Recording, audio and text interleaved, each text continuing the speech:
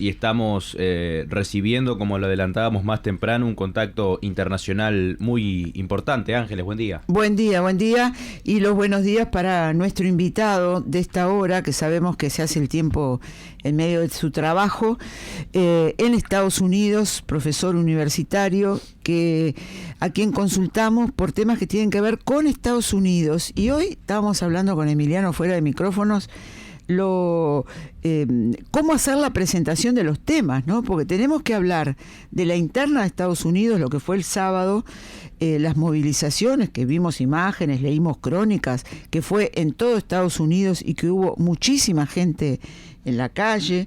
Mataron a una congresista en Estados Unidos, también en estas horas, pero no podemos dejar afuera lo que está sucediendo en Medio Oriente y que Estados Unidos está allí, no se puede decir como invitado, está como protagonista, que hay que ver el lugar y el rol que está cumpliendo en este momento. Pero lo primero es darle los buenos días, como decíamos, profesor Jorge Masud. ¿Cómo estás? Buenos días, Ángeles, un gusto. No sé quién están ahí porque hoy no los puedo ver, así que estoy como sí, esa entrevista de televisión a ciega y no sé cuándo me quieren interrumpir. No te hagas ningún problema, están cambiando el monitor, por eso es que no nos estás viendo en este momento. Después nos van a ver mejor, como el Lobo y Caperucita. Pero bueno. escuchabas este planteamiento, ¿no? De lo que, de cómo encarar hoy. Si hablamos de Estados Unidos, ¿con qué arrancamos? Bueno, en realidad siempre hay una variedad de temas nacionales, geopolíticos, culturales, etcétera. Pero en este momento lo que pasa es que son todos bastante más trágicos y nos vamos moviendo hacia esa trampa de Tucídides. Bueno, ya estamos dentro, ¿verdad? Sí, pero sí. A una escalada aún mayor. Yo creo que la escribimos sobre esto y algunas entrevistas en esta misma radio, la última guerra, la última, podemos decir, intervención, ocupación imperialista al viejo estilo fue Afganistán. Sí. Después lo que estamos viendo, 2-3 años después, ya tuvimos la experiencia de Ucrania, la guerra de Ucrania, Palestina, etcétera. Lo que estamos viendo en este momento es que el bloque occidental, bueno, estamos viendo, creemos que vemos eso, el bloque occidental dominante, los grandes imperios ahora moribundos, que hace rato son moribundos, pero han pasado a una actitud, a una posición de resistencia. Están resistiendo la transferencia, ya no económica, porque ya la transferencia económica al este asiático ya se ha dado en desarrollo, en potencial financiero, en económico, etcétera, sino militar. Y en este momento, tanto Estados Unidos como Europa, y con su mayor cuña en Medio Oriente, que es Israel, están resistiendo esa realidad que prosigue, se acelera a esa pérdida, y esa pérdida puede ser aún más brutal de lo que estamos viendo con una guerra total. Imposible prever, pero vamos derecho a eso desde hace mucho tiempo. Entonces, bueno, también lo resumíamos con la metáfora o la idea del anillo de fuego, de Ring of Fire, como dice la canción, que iba de Ucrania, pasaba por Palestina, y recuerdan que incluso en este mismo programa decíamos sigue con Irán, y finalmente terminaría con la región de Taiwán o el mar de China. Ahora vemos que Pakistán también está sumándose, Irak en cierta medida también se está sumando, Estados Unidos ya nunca salió, está. Lo que pasa es que hay una retórica ambivalente típica de Trump y típica también de Washington a lo largo de los años, pero en este momento aún más ambivalente, y tanto como Israel como Estados Unidos muy nerviosos por muchos factores.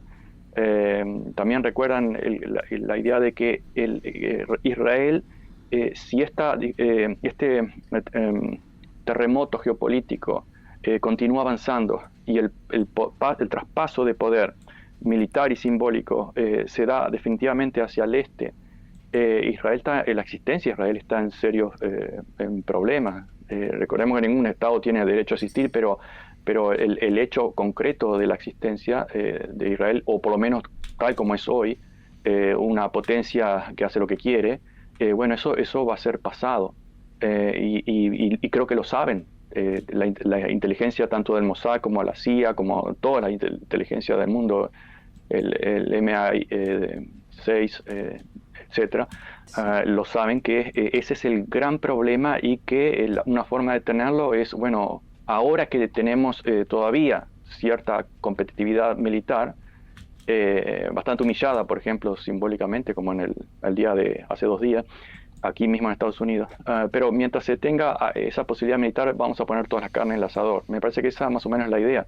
Ahora, si pensamos, por ejemplo, en la excusa de las bombas atómicas, que Irán tira bomba atómica, etcétera. Bueno, ya sabemos, todo el mundo sabe que por qué Irán no va a tenerlas si Israel tiene decenas. Ya eso es bien sabido. Pero el punto aparte, menos discutido, creo que es la idea de que las bombas atómicas terminan cualquier guerra. Y yo creo que esa idea procede de Hiroshima y Nagasaki. Recuerdan que Hirohito, de hecho, ya estaba vencido antes de las bombas atómicas. Eso fue simplemente para evitar que los soviéticos, que eran los grandes vencedores de la Segunda Guerra, terminaran por invadir por tierra, porque Hirohito resistía las condiciones de rendimiento y después quedó hasta que se murió en el año 89, justamente porque Estados Unidos negoció con él. Pero ese factor psicológico y simbólico, individual y global, de que una bomba atómica termina la guerra y decide el ganador, cosa que no habría ganadores en este momento en una tercera guerra mundial con bombas atómicas, es totalmente un mito. Y procede de ahí, me parece. El caso de Irán, por ejemplo, tiene misiles hipersónicos, perdón, que es más que supersónicos, y lo mismo que lo tenía Rusia. Recuerdan que en el 22 decíamos, bueno, sería, desde un punto de vista geopolítico, estratégico, sería muy tonto Putin, que ha demostrado no ser para nada tonto, no atacar en ese momento, cuando Ucrania ya estaba... o Zelensky estaba a punto de negociar la membresía con la OTAN, porque tenía una ventaja. Si bien Estados Unidos tiene muchas ventajas militares tecnológicas, una de sus ventajas era los misiles hipersónicos, que casi que no los ha usado, según tengo entendido. Pero esa era la gran ventaja que no tenía Estados Unidos y sí lo tenía Rusia. Es decir, hay ciertos momentos en que pesan en las decisiones de qué conflicto se va a pelear. Como decía en Estados Unidos, acá hay que saber elegir las guerras o saber elegir los conflictos, tanto individual como en el caso de los países. Irán tiene esos misiles supersónicos y el año pasado directamente se descargó de toda la obsolescencia con una reacción bastante, muchos decían tímida, no muy fuerte. Después vino Siria y todos nos preguntamos, China está jugando con fuego, al no ni siquiera cuidarse las espaldas con esos proxies que podrían ser Siria, por ejemplo, que terminan las manos de ISIS. E Irán, creo que en ese momento, muy estratégicamente, jugó el juego bueno, todavía son incontestables Israel, vamos a hacer algo muy tímido, pero se sacó de encima todos los misiles obsoletos, no usó hipersónico y compró tiempo, es decir, varios meses para seguir estoqueando misiles. Y en este momento, bueno, ya los está usando de una forma muy efectiva y me pregunto si eso no es aún más efectivo, que sería legal internacionalmente que una bomba atómica, que además sería desmoralizante desde el punto de vista de la opinión pública mundial. Por lo tanto, yo creo que eso de la bomba atómica es más bien una excusa para evitar ese recambio o traspaso de poder de Occidente a Oriente, que una amenaza real. La amenaza real en este momento son para Israel, por ejemplo, son los hipersónicos y su propia política, está de más decirlo. Mahfoud, buen día. Mucho se ha hablado también en estos últimos días del verdadero papel que ha tenido Estados Unidos en todo este proceso que desembocó y puso sobre el tapete esta situación con los bombardeos de la noche del jueves, al menos para nosotros, primeras horas del viernes en aquella parte del mundo, el papel de Estados Unidos, el verdadero papel, porque ahora hay un intento de desmarcarse de algunos de los hechos de Israel, sin dejar, por supuesto, de ponerse de ese lado, digamos, del conflicto, pero desmarcarse de los primeros bombardeos de Israel contra Irán por parte del gobierno de Estados Unidos. Sí, porque, bueno, en primer lugar, Estados Unidos debe saber de que una derrota militar tradicional, porque en realidad nunca ha ganado una guerra, excepto con algunas pequeñas islas, pero una derrota militar podía ser simbólicamente como la derrota de España en 1898 o algo de ese tipo, el clavo en el ataúd del imperio. Entonces no debe arriesgarse eso. Trump, de hecho, todo lo que ha hecho lo ha hecho mal, desde la economía a lo social, se desdice con inmigración, se desdice con todo, típico de él, podríamos decir. Pero, por ejemplo, en el desfile militar, eso fue un fiasco, los mismos estadounidenses se agarraban la cabeza. Fue una payasada, un fiasco que costó 45 millones de dólares. El mismo Trump, ustedes habrán visto en la televisión o donde sea, con esa cara de decepción, sí. Pero fue un fiasco. Sí, entonces, todo eso son golpes morales y al mismo tiempo le dan energía a los adversarios. Entonces, Estados Unidos no debe arriesgarse desde el punto de vista estratégico, no debe arriesgarse a una derrota abierta. Por lo tanto, va a seguir empleando proxies al mismo tiempo que mantiene un discurso ambiguo o incluso hasta contradictorio. Se dijo que incluso hasta Marco Rubio anunció de que Estados Unidos no iba a intervenir, no quería que interviniera Israel, pero sin duda que va a hacer lo posible, como está haciendo Macron, que por un lado dice una cosa y por el otro lado hace otra, como siempre. No solo Macron, ya sabemos, sí. Todos los franceses anteriores, que en Libia, en Argelia, etc. Eso es el típico de la geopolítica, pero puesto en el contexto actual, yo creo que están temerosos de algo que es inevitable. Y Irán lo ha demostrado en este momento, que ya no es el Irán de hace 5 años, mucho menos el Irak que lo invadieron, destruyeron, ni es Siria. Y ahora aparece Pakistán, que sí tiene varias ojivas nucleares, anunciando de que si Irán es bombardeado con una bomba atómica, Pakistán va a bombardear Israel con otra bomba atómica. Ese posicionamiento también marca la cancha de una forma bastante radical. Entonces ya casi que no importa si Irán tiene o no tiene bombas atómicas, que de hecho Israel sabe que bombardear las bases militares o los sitios militares de Irán no va de parar, como ya lo han explicado varios especialistas de la región, no va a detener el enriquecimiento de uranio, sino que puede retrasarlo un poco, pero eso está realizado muy profundamente bajo tierra. Además, sí. Todos conocemos el territorio iraní como es. Entonces es simplemente fuegos artificiales en el caso de Israel, para arrastrar a Estados Unidos a una confrontación abierta, como lo hizo en Irak, ya lo dijeron varios también, en el caso del 2003, etcétera. Es simplemente, en el caso de Israel, guerra, y luego hacerse la víctima, como vemos todos sus ciudadanos repitiendo: nosotros no sabemos por qué nos atacan, somos siempre las víctimas, si nosotros no hicimos nada. Bueno, en ese negacionismo que lo repiten incluso ahí en Uruguay algunos y en otras partes, es simplemente el fanatismo religioso. Ahora alguien puede decir, bueno, el fanatismo religioso es una forma del mundo, también los futbolistas o los hinchas de fútbol son fanáticos, pero es diferente, hay una gran diferencia. Los hinchas de fútbol, tanto como los novelistas, pueden ser muy fanáticos y trabajar con la ficción, pero no pierden la distinción con la realidad, o por lo menos saben que hay otra cosa llamada realidad. El fanático de ese tipo no conoce otra cosa llamada realidad, su fanatismo es la realidad, y eso es terriblemente peligroso. Ya lo hemos visto en la historia.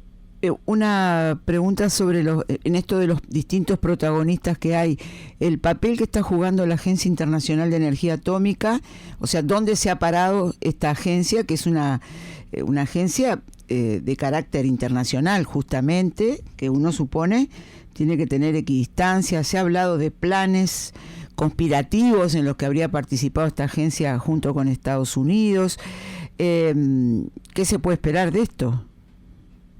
Y de las agencias internacionales, de todos los organismos internacionales, no se puede esperar mucho más que comunicados simbólicos. Sí.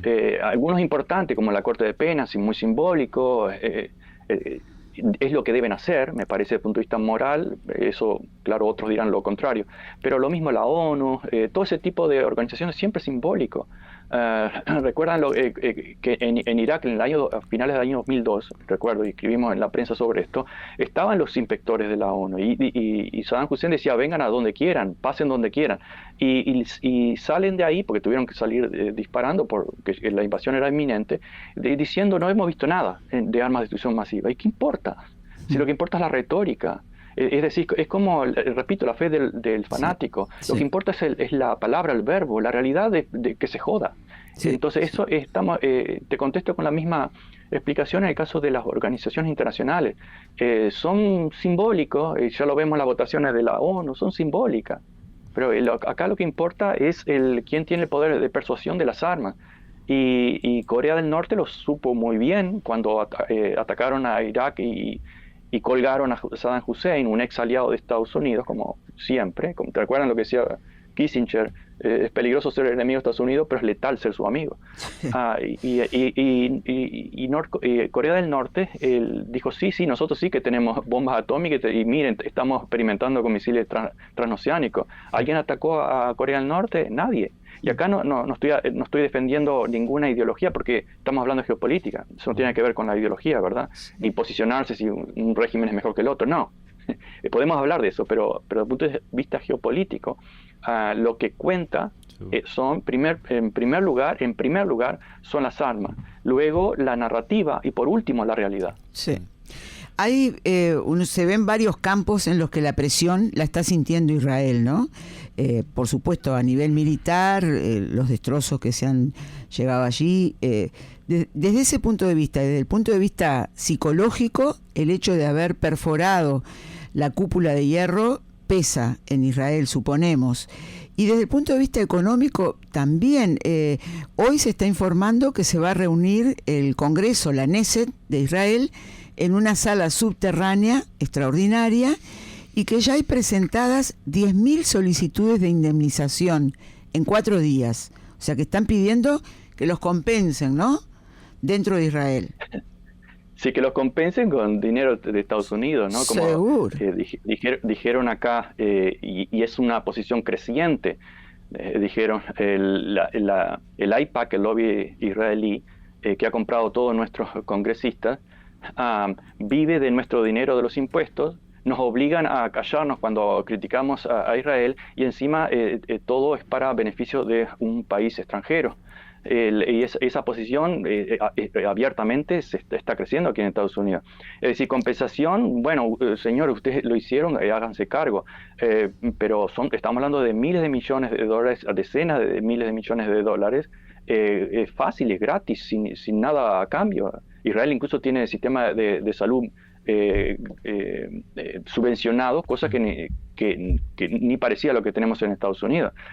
Entonces sí, claro, están pidiendo compensaciones, pero háganse cargo. El Netanyahu, el 82% lo ha apoyado en los últimos tiempos, típico, ¿no? Al principio, hace unos años, había una gran resistencia por sus grandes corrupciones internas, y de hecho muchos entienden que acelera el conflicto en Gaza para ocultar todo eso. Pero bueno, es un dictador que se llama democrático, que está ahí, y la población luego otra vez se hace la víctima, ¿no? La mayoría lo apoyó. Y sí, es un golpe psicológico sin duda, porque siempre... yo he leído algunos tweets o algunas expresiones, incluso de Uruguay, que cuando Israel la semana anterior atacó con misiles Irán, todos decían se fue Irán, terminó Irán, bye bye. Y tenía muchos amigos que me escribían por WhatsApp desde Europa, decía, qué increíble, estoy escuchando que Irán ya está terminado. Yo le decía, pero esa es la típica reacción de las primeras horas. Irán no es el que era hace 5 años, no es ni siquiera el que era el año pasado. No hay que subestimar eso. Y como bien dices, el golpe psicológico de haber perforado de una forma brutal la protección antimisiles, no solamente psicológico, va a ser estratégico también. Y económicamente va a costar mucho, ni que hablar del turismo, pero todos los edificios destruidos, todas las inversiones, las bolsas, que van a sufrir esos golpes es considerable. Además de la resistencia del pueblo estadounidense, o de gran parte al menos, que ya comienza a decir, hey, ¿por qué si nosotros estamos ya hundiéndonos en la miseria? ¿Por qué seguimos desangrando miles de millones de dólares todos los años para ahí? Bien, y para seguir conversando enseguida y hablar de la interna de Estados Unidos.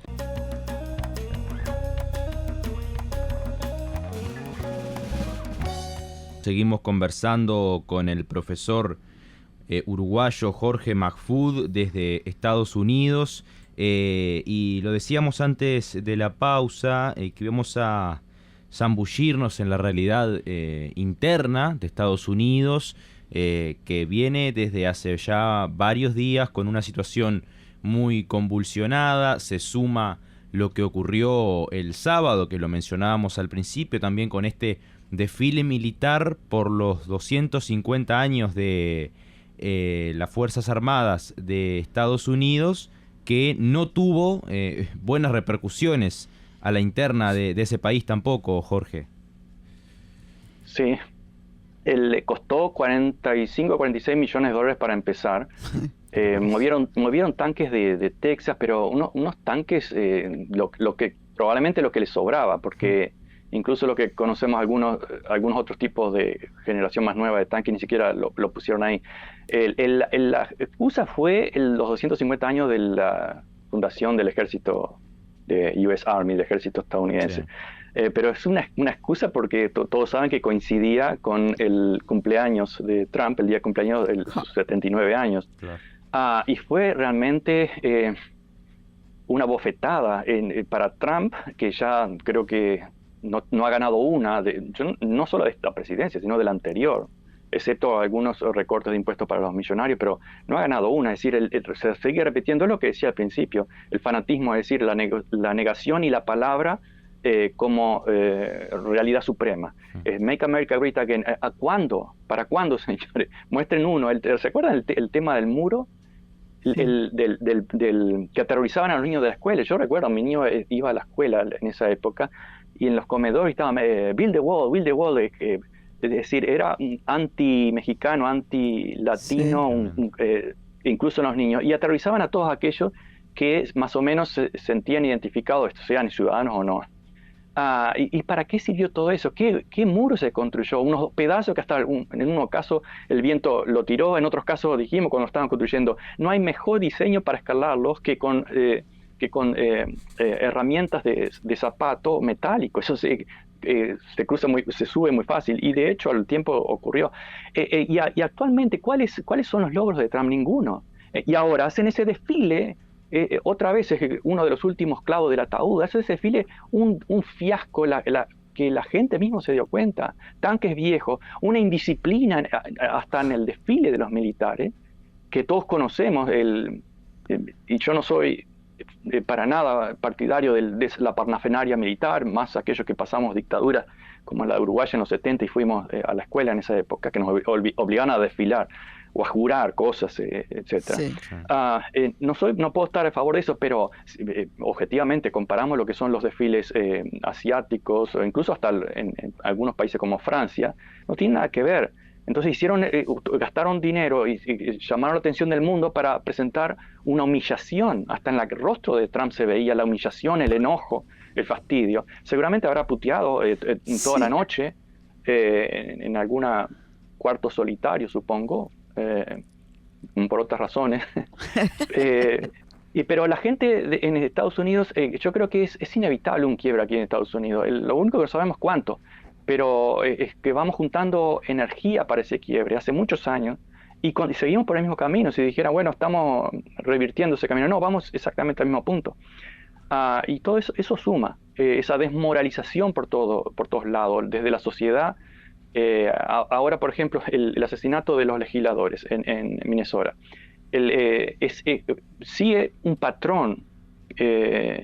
No digo que se pueda comparar con el Luigi Mangione, pero sí que sigue un patrón de frustración. En el caso, por ejemplo, del asesino, tiene un fuerte problema para encontrar empleo. y yo lo veo en los jóvenes, porque yo escribo muchas cartas de recomendación a mis estudiantes. 10 años antes,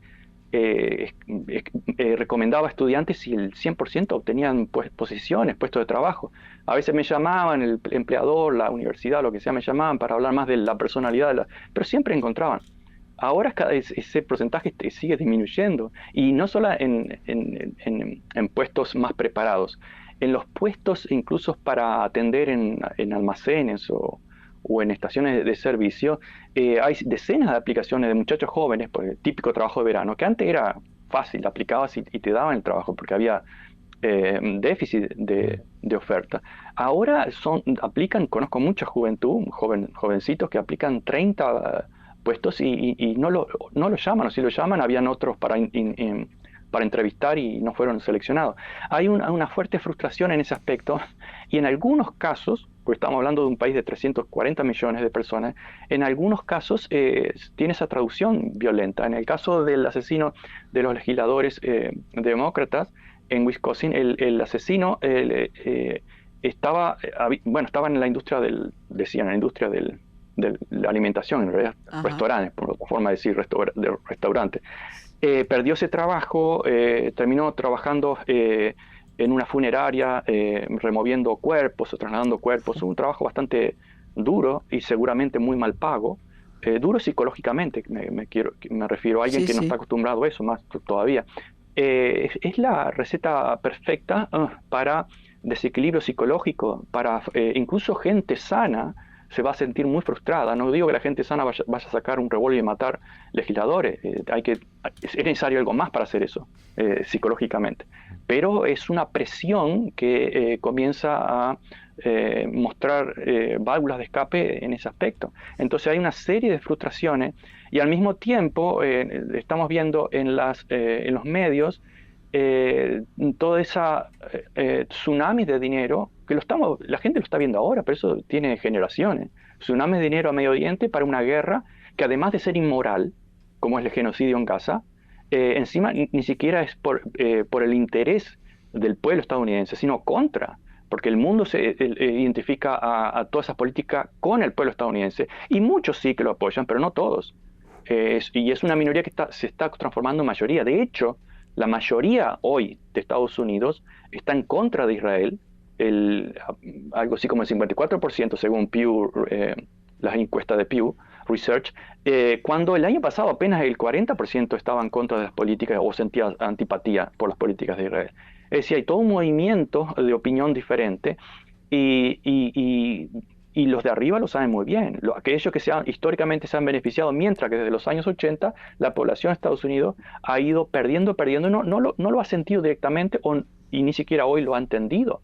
Y de ahí viene la xenofobia, es decir, la única forma, como en Alemania, en otros regímenes fascistas, la única forma de traducir, y en Argentina también, en otros lugares, la única forma de traducir la frustración es ir contra el débil.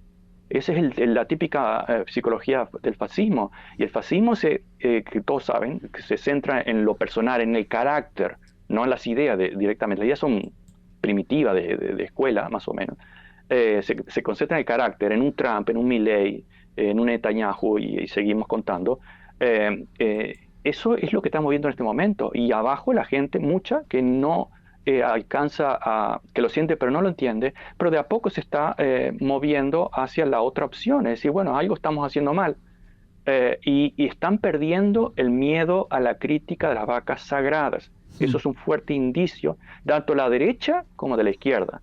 Es decir, recuerda que en esta misma radio hablábamos hace 2 años, yo veo en mis estudiantes un grupo que puede ser más o menos un 10% en total, de los más radicales conservadores de derecha y los más radicales de izquierda, que coinciden en geopolítica, claramente. Y en este momento estamos viendo eso. Hasta a mí no es que me llame la atención, pero me sorprende sentirme identificado con la posición de algunos periodistas que todos sabemos que eran de extrema derecha. Y uno dice, pero estaré haciendo algo mal. Pero no, es que están, independientemente de su posición ideológica, se están dando cuenta de que o hay algo malo o le han mentido por mucho tiempo. Las manifestaciones que se hicieron el sábado, ¿es así? ¿Fueron en todo el país? ¿Es la primera vez que ocurren en todo el país y fueron multitudinarias? Bueno, no es la primera vez porque recordemos que la gran, entre comillas, podemos decir, revolución de los años 60, eso era algo mucho más común y produjo un movimiento social dignificador, diría, aunque no perfecto, pero dignificador. Pero desde los 60 es la primera vez. En 50 estados yo no sabría mencionarte un ejemplo de que hubo en los 50 estados simultáneamente una manifestación contra el ICE o migración, contra las políticas de Trump y contra dice No King's Day, es decir, era el día contra el rey o el monarca de Trump. Y estamos, según las estadísticas, que incluso hasta el New York Times las acepta, fueron más o menos 12 millones y medio de manifestantes, que es bastante, pero lo más importante es que eso puede crecer. Si no en las calles, las calles, hay una frase que dijo un analista que ustedes lo conocen en español, Monedero, dijo una frase bastante no es que sea la gran idea, pero está muy bien resumida. Dijo, en las calles es donde el miedo cambia de bando. Y eso es claro. Entonces, y incluso hay algunas estadísticas que dicen si un 3.5% de la población sale a las calles, hay un cambio significativo en las políticas de ese país. No llegamos a ese porcentaje, pero cuidado, que se puede llegar. Ahora, también puede haber un impacto en cómo la gente vota, algo que sabemos que el voto es casi irrelevante en muchos aspectos, pero podría inducir algún cambio. Sobre todo en el año 2026, que es las elecciones de término medio, donde se renuevan gran parte de las cámaras baja y alta. Es cierto, es cierto. Jorge, ¿qué impacto tiene, qué repercusión tiene o puede tener en Estados Unidos, por ejemplo, esta noticia que al menos acá se ha mencionado mucho, de el asesinato de una congresista local y su esposo, ¿no? Sí. ¿Qué nivel de repercusiones puede tener esto? Ese tipo de casos tienen un nivel importante, pero a corto plazo. Claro. Inmediatamente, como siempre, cada uno trató de sacar partido para su lado político o ideológico. Se culparon a la izquierda democrática, que los demócratas han dejado hace rato ser la izquierda. Sí. Otros lo han culpado a los MAGA o los trampistas. La persona era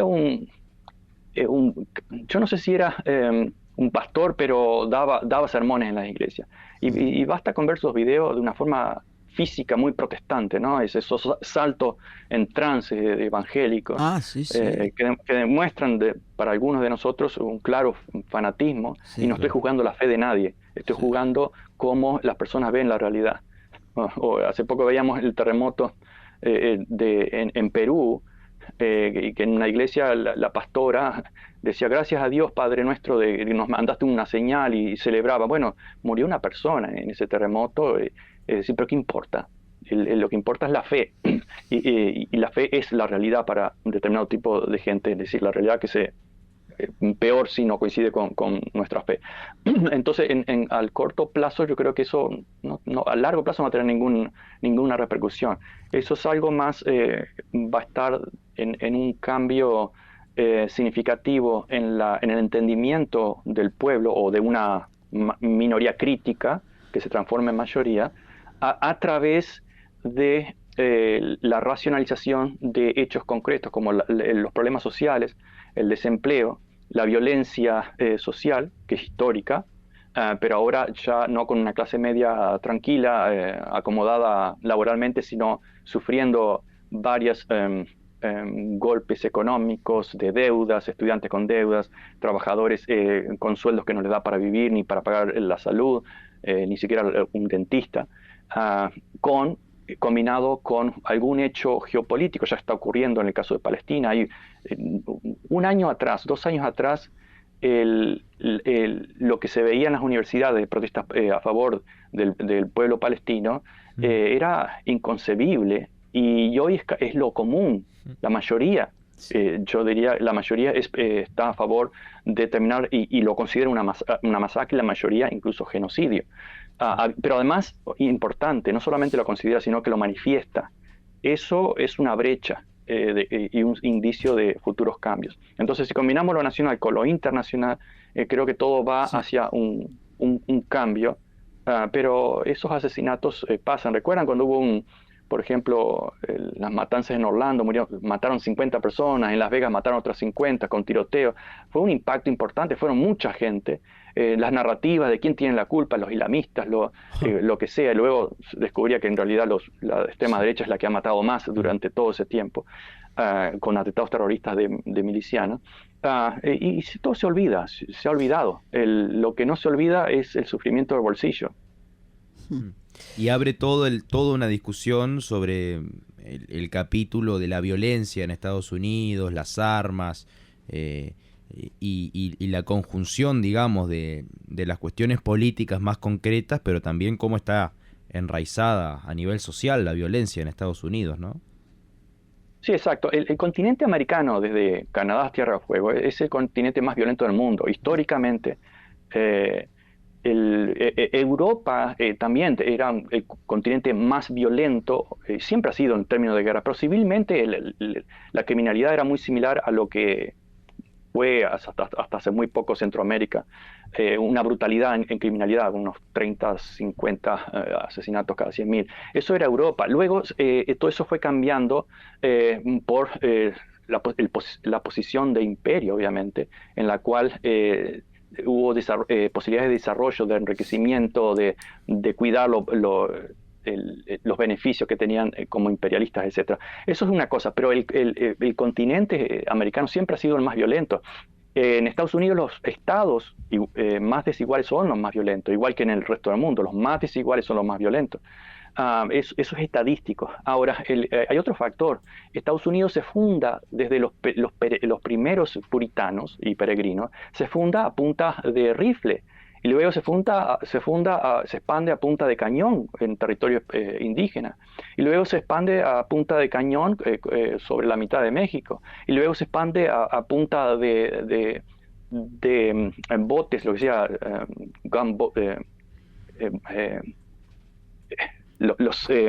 nivel naval. Perdón, estoy con dos idiomas. Sí, los bombarderos, claro. se introducen los bombarderos metálicos a finales del siglo XIX.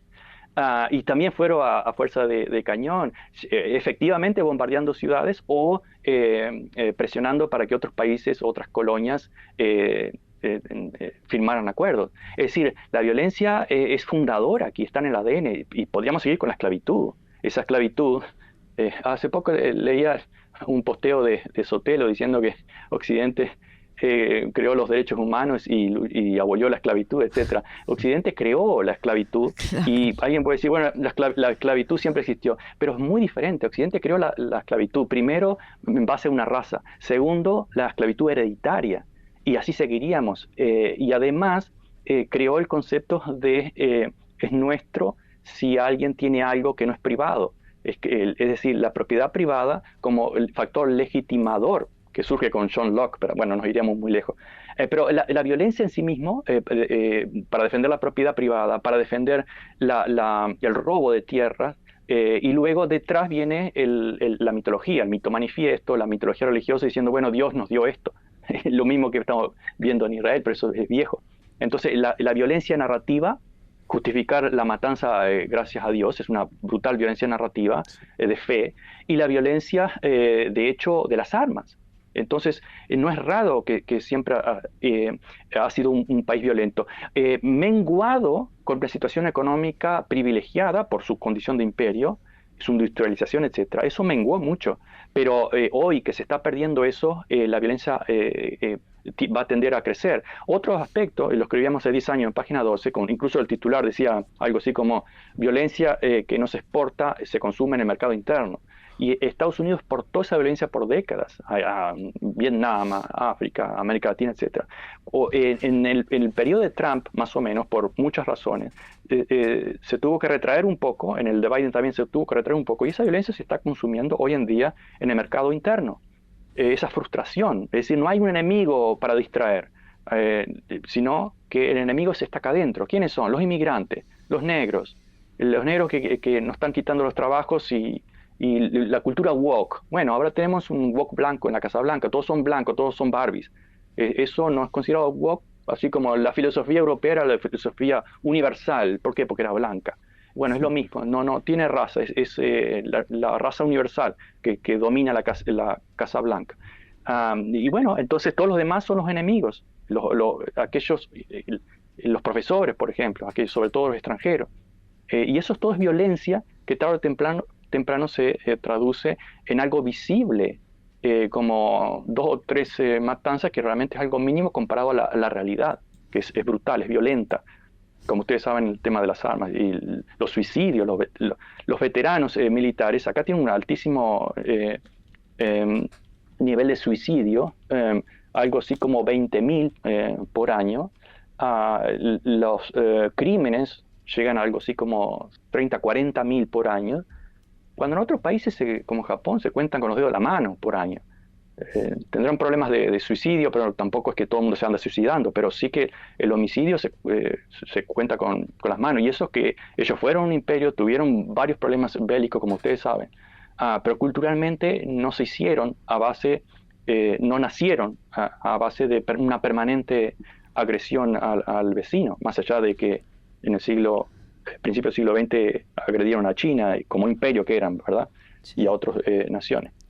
Tenemos que ir redondeando ya el final, pero por un lado, una pregunta que nos quedaba el sábado, estuvimos tratando el tema, ¿cuánto está influyendo esto de que Donald Trump esté echando a los inmigrantes en los lugares de trabajo? Nosotros leíamos acá una opinión en una página especializada de temas ganaderos y las exportaciones y demás, y decía de un frigorífico en Estados Unidos que se había quejado al gobierno porque habían hecho una redada en el frigorífico y le habían llevado una cantidad de trabajadores.